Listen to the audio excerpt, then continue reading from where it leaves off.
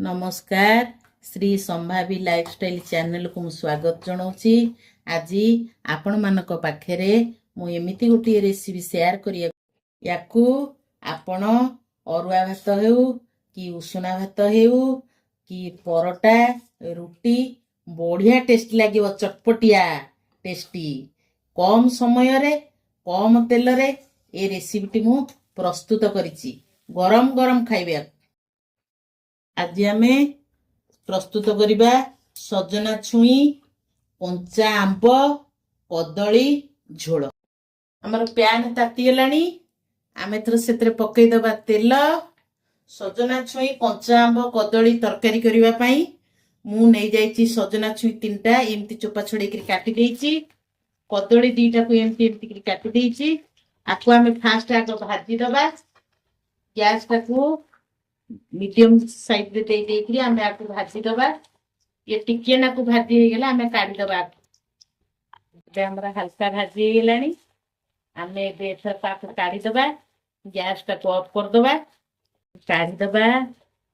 काढी सरला परे आमे एथर को छुंको दबा ताकू। मेदर मसाला पई पैन रे तेल दबा। एतरे आमे पके दबा दीटा सुखिला लंका,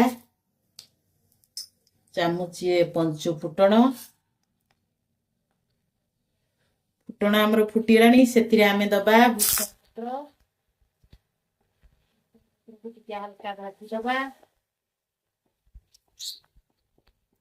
भूषपत्र हमर हे गेलानी।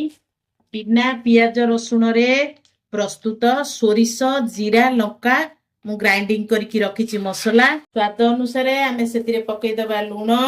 तापरे आमे पकई दबा हळदी गुंड हाफ चामच।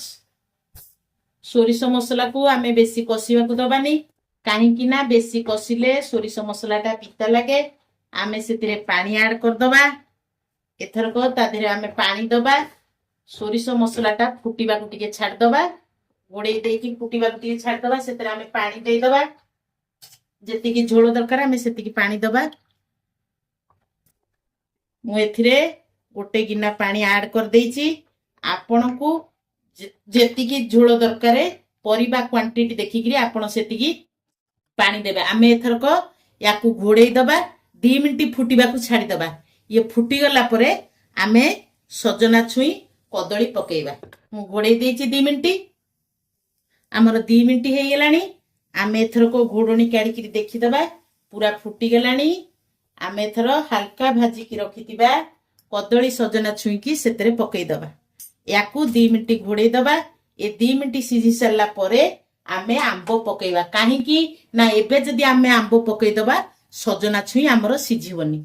आमे टिके सिझिबा पई घोड़े की छाड दबा 2 मिनिट। 2 मिनिट हे गेलानी। आमे एथरको घोड़णी काडी करी देखिबा केते सिझी गेलानी। देखंतु सजना छुई दर सिझा हे गेलानी।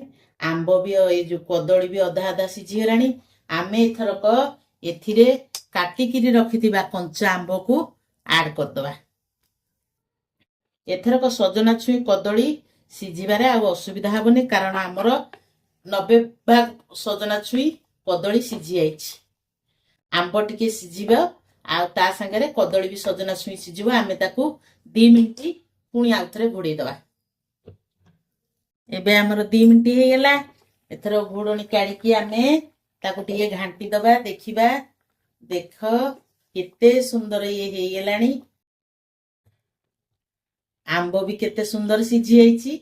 एठी सजना छुई भी सिझी आइछि। एठी कदली भी हमर सिझी आइछि।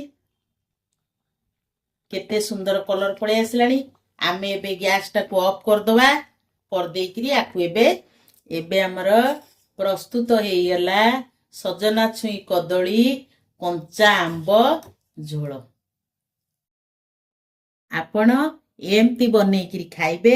केमिति लागुची मो संगे शेयर करिवे, कमेंट रे जणैबे, लाइक करिवे, शेयर करिवे।